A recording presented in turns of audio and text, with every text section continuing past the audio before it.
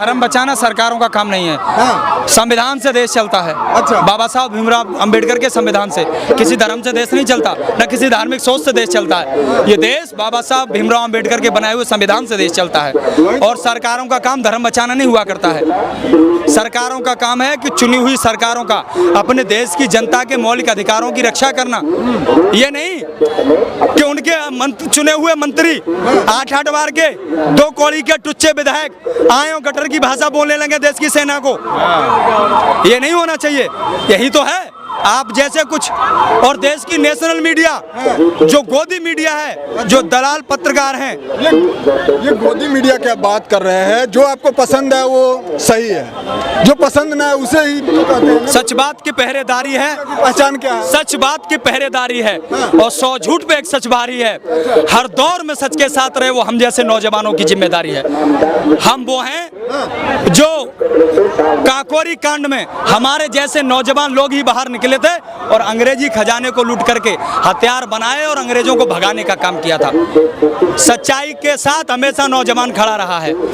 चाटुकारिता करना कोई बड़ा काम नहीं है। उठा के चाट कोई सकता है, लेकिन बगावत करने के लिए शेर का जिगर होना चाहिए।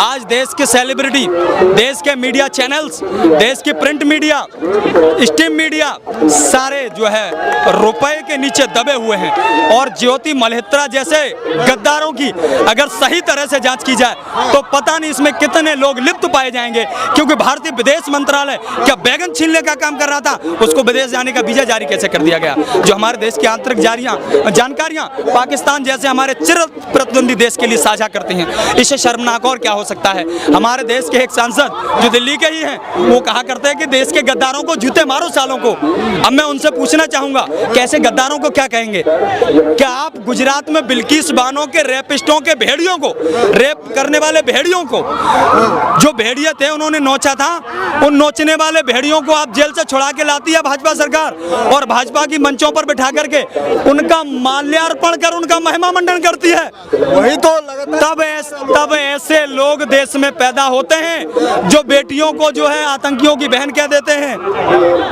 जो किसी धर्म विशेष को कटे पिटे लोग कह देते हैं। उनको पता नहीं है हमने जमजम दिया, वे गंगा दिया। और ऐसी सोच के लोगों ने सिर्फ देश को दंगा ही दंगा दिया।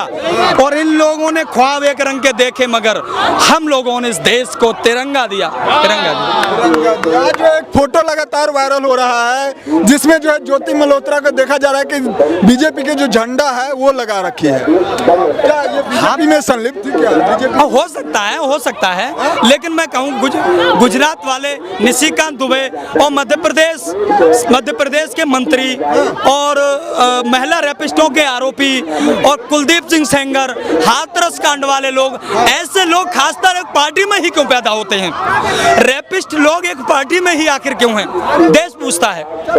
और आप उनको संरक्षण भी देते हो। भाई आप ऐसे लोगों को संरक्षण दोगे तो ऐसे ही लोग पैदा होंगे। कठुआ के अंदर जब 8 साल की एक मुस्लिम बच्ची का बलात्कार हुआ तो जब उस बलात्कारी पर कार्रवाई की बात आई तो वहां भाजपा की जो कमेटी थी, जिला कमेटी, उसने भाजपा का झंडा लेकर के उन रेपिस्टों के समर्थन में रैली निकाली थी। आप बताइए इससे ज्यादा घृणित सोच के लोग कहां पैदा हो सकते हैं? ऐसे लोग सिर्फ एक पार्टी में पैदा होते हैं। ज्योति मल्होत्रा के लिए अब क्या कुछ एक्शन लेना चाहिए ताकि इस तरीके के और कोई ज्योति मल्होत्रा जो है भारत में पैदा ना हो? ज्योति मल्होत्रा जैसे लोग, जो ऐसी सोच के लोग देश के अंदर पनप रहे हैं, जो ये सोचते हैं कि हम देश को बांट देंगे, कुछ लोग जाति, मजहब, धर्म या जासूसी के आधार पर, ऐसे लोगों को ऐसी सख्त सजा दी जानी चाहिए ताकि जो हमारे आने वाली पीढ़ियां हैं वो उससे एग्जाम्पल लें, उससे दर्स लें, उससे सबक सीखें कि देश से गद्दारी करने का सजा क्या होती है। और इसमें जितने लोग शामिल हैं उन सब लोगों की जांच होकर के सारे लोगों पर, विदेश मंत्रालय में जो लोग बैठे हुए हैं, जो इनको अपना कर्तव्य विहीन रवैया अपनाए हुए हैं, पूरी कर्तव्य निष्ठा के साथ जो लोग काम नहीं कर रहे हैं उनके खिलाफ कार्रवाई करना चाहिए। देश के अंदर लगातार एक डिजिटल आतंकवादी संगठन बना हुआ है जो लोगों को ट्रोल करने पर तुला हुआ है। मैं आपको बताना चाहूंगा, लेफ्टिनेंट कर्नल विनय नरवाल जो शहीद हो गए, उस शहीद की पत्नी जो हैं हिमांशी नरवाल, वो जब ये कहती हैं, मीडिया पर आती हैं सामने कि आप इस आतंकवादी हमले में को कश्मीर या मुसलमानों से मत जोड़िए, ये आतंक आतंकवादी हमला है तो वो डिजिटल आतंकवादी उनको ट्रोल करने का काम करते हैं, कहते हैं ये जेएनयू से पढ़ी है इसलिए इनकी सोच ऐसी है। अरे अंधभक्तों, देश की जो वित्त मंत्री हैं निर्मला सीतारमण भी जेएनयू से पढ़ी है, आपको पता होना चाहिए। आपको शिक्षा का ज्ञान नहीं है इसलिए इस तरह की बातें करते हैं। और एक उन्हीं के लिए नहीं, जो देश के विदेश सचिव हैं विक्रम मिश्री हैं, जब उन्होंने युद्ध विराम की घोषणा की, सीज फायर की घोषणा की जो सरकार के इशारे पर की जाती है, सरकार ने उनको आदेश दिया कि अमेरिका का फोन आ गया है और अमेरिका सीज फायर की कह रहा है तो आप जाइए और मीडिया के सामने सीज फायर की घोषणा कर दीजिए।